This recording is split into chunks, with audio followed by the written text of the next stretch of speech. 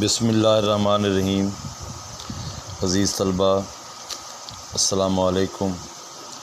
آج ہمارا next drama chapter ہے مکتوبات غالب۔ مکتوبات مکتوب کی جمع ہے یعنی خط۔ یہ غالب کے خطوط، دو خطوط ہمارے سلیبس کا حصہ ہیں، اور پہلا خط جو ہے وہ میر مہندی حسین مجروح کے نام ہے، وہ آج ہم پڑھیں گے۔ خط جو ہے مکتوبات غالب ہوں یا مکتوبات اقبال امپورٹنٹ ہیں، تشریح کے لیے خلاصے ان کے نہیں آتے۔ تشریح ان کے لیے ان کی کرنا مشکل ہے کیونکہ خط جو ہے وہ اتنا لمبا چوڑا نہیں لکھا ہوتا۔ ہمیں تشریح کرنے کے لیے استعمال کیے گئے سینٹنس کے بیک گراؤنڈ کو دیکھنا ہوتا ہے تاکہ اس کی بات کی صحیح وضاحت کی جا سکے۔ اس لیے آج ہم ایک خط پڑھیں گے میر مہندی حسین مجروح کے نام۔ تو آپ سے یہی گزارش کروں گا کہ ذرا غور سے سنیے گا کہ کس طرح ہم نے اس کے دو پیرے، بلکہ پہلا خط بہت امپورٹنٹ ہے تشریح کے لحاظ سے، کئی بار آیا ہے۔ میں آپ کو جو اس کے پیراگراف ہیں اس کی بھی نشاندہی کروں گا۔ سب سے پہلے حسب معمول جو ہے مصنف کا جو تعارف ہے وہ تھوڑا سا کیے دیتا ہوں۔ مرزا اسداللہ خان غالب گو ان کی اصل پہچان اور وجہ شہرت ان کی شاعری ہے، اور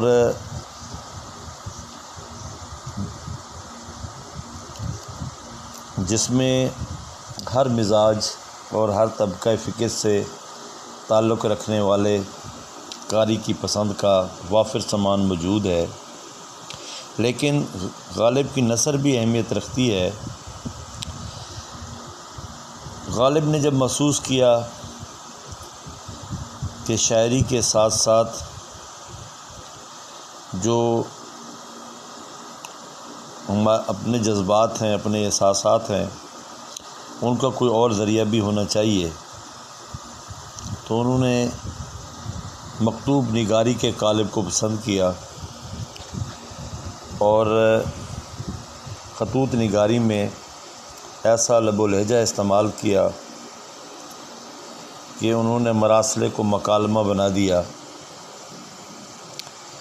خطوط جدید اردو نثر کا سنگ میل ثابت ہوئے۔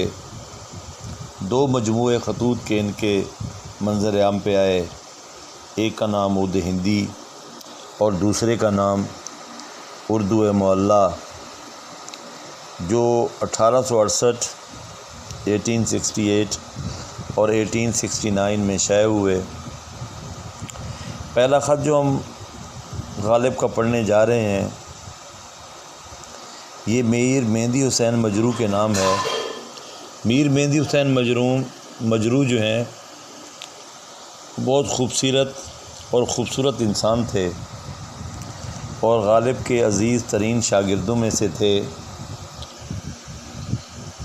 بعض جگہوں پہ لکھا ہوا ہے کہ وہ غالب کو اپنا والد سمجھتے تھے، بہت قدر کرتے تھے۔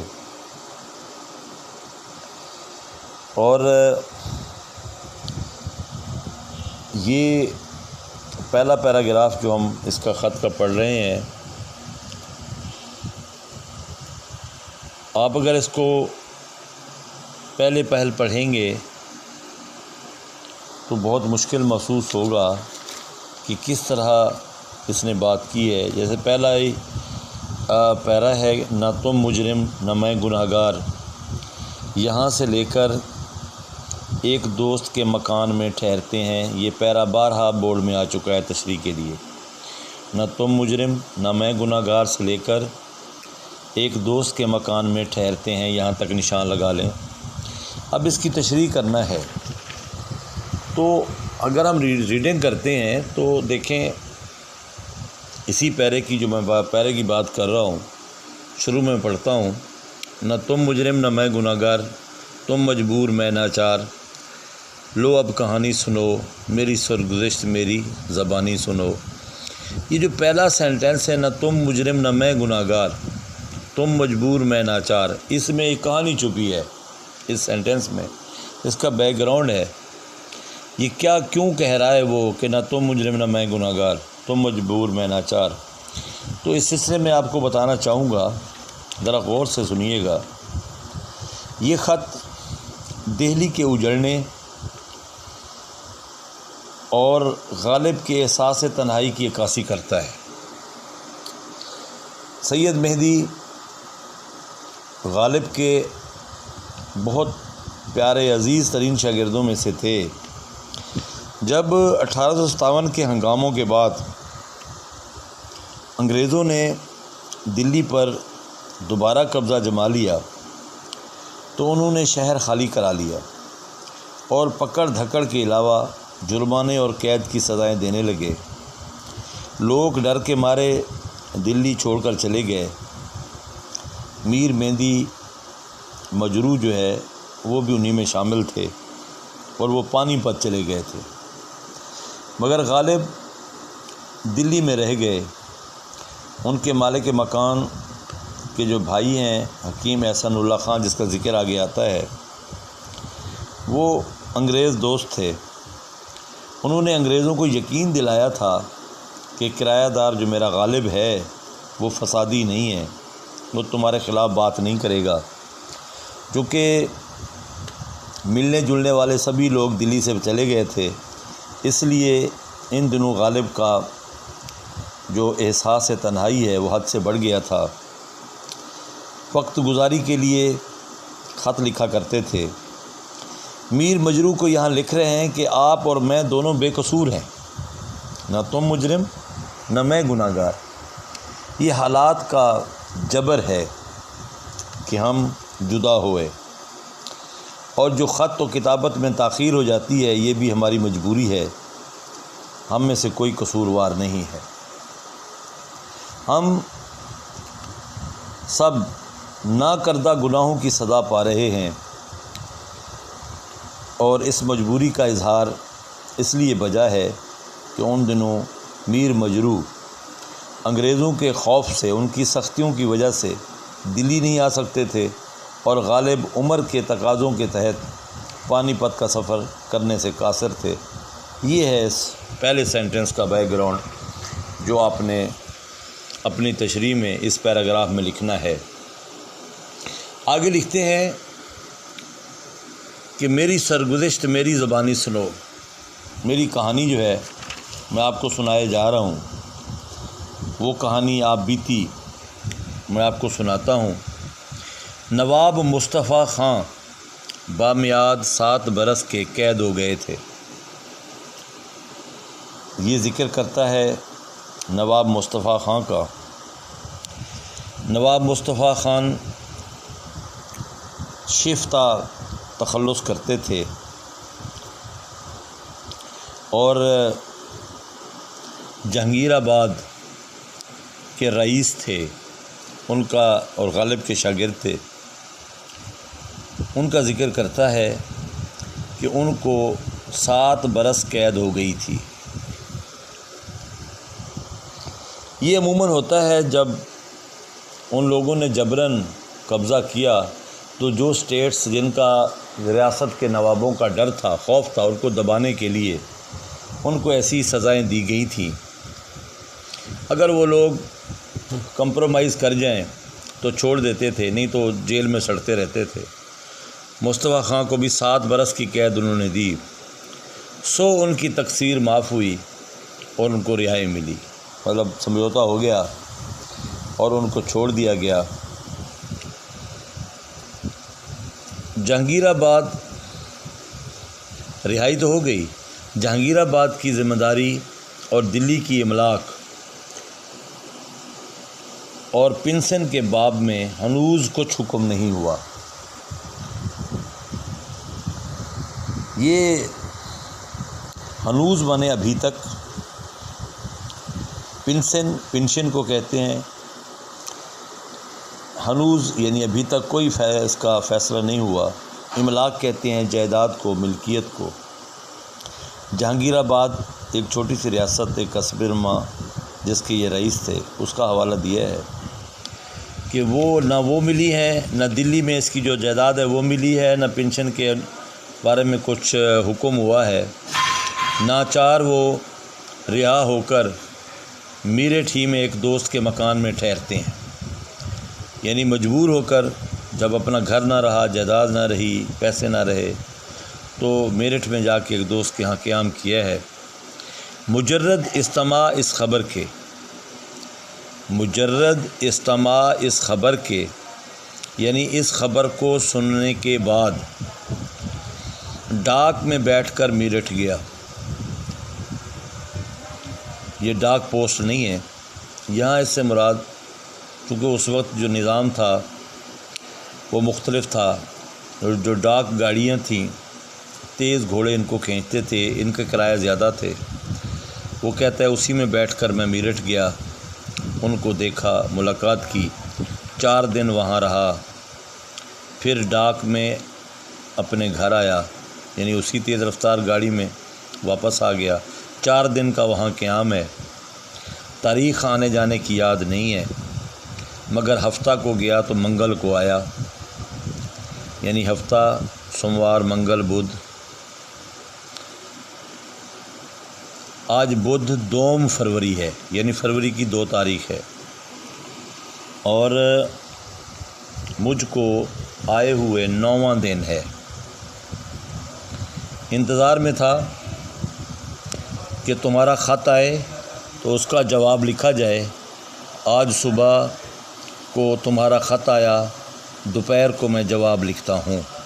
یعنی یہ غالب کی عادت ہے کہ خط کا جواب بر وقت دیتے تھے۔ اس میں نیچے دیکھیں تو تھوڑی تفصیل درج ہے کہ گویا میں 22 جنوری کو میرٹھ گیا اور 25 جنوری کو واپس لوٹا۔ تو یہ ہے اس کی تاریخ جو اس نے ایسے پیرائے میں دے دی ہے۔ تو خط آیا تو جواب لکھنا اپنے اوپر یہ واجب سمجھتے تھے، فوراً جواب لکھ رہے ہیں، اور لکھتے ہیں کہ روز اس شہر میں ایک حکم نیا ہوتا ہے، کچھ سمجھ میں نہیں آتا کہ کیا ہوتا ہے۔ کہ حالات ایسے ہیں کہ نیا انہوں نے قبضہ کیا ہے، اپنے ظلم و جبر سے روز ایک نیا سخت حکم جاری کرتے ہیں، اور پتہ نہیں کیا ہوگا، کیا ہو رہا ہے۔ اگلا پیرا دیکھیں، یہ پیرا جو ہے میرٹھ سے آ کر دیکھا، یہاں سے لے کر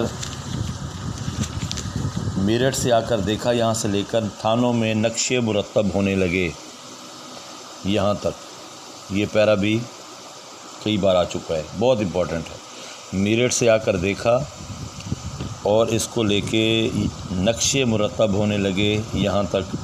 اس پیراگراف کو بھی آپ نشان لگا لیں، یہ پیراگراف جو ہے امپورٹنٹ ہے کہ میرٹھ سے آ کر دیکھا۔ اس نے پہلے ذکر کیا کہ نواب کو ملنے کے لیے میرٹھ گیا تھا، واپس آیا تو بڑی شدت ہے، سختی ہے بہت زیادہ، اور یہ حالت ہے کہ گوروں کی پاسبانی پر قناعت نہیں۔ گورے انگریز ہیں، یعنی اس کی جو نگرانی ہے اس کو کافی نہیں سمجھتے۔ انگریزوں نے 1857 میں دلی پر قبضہ کرنے کے بعد فقط اپنی نگرانی کافی نہیں سمجھی،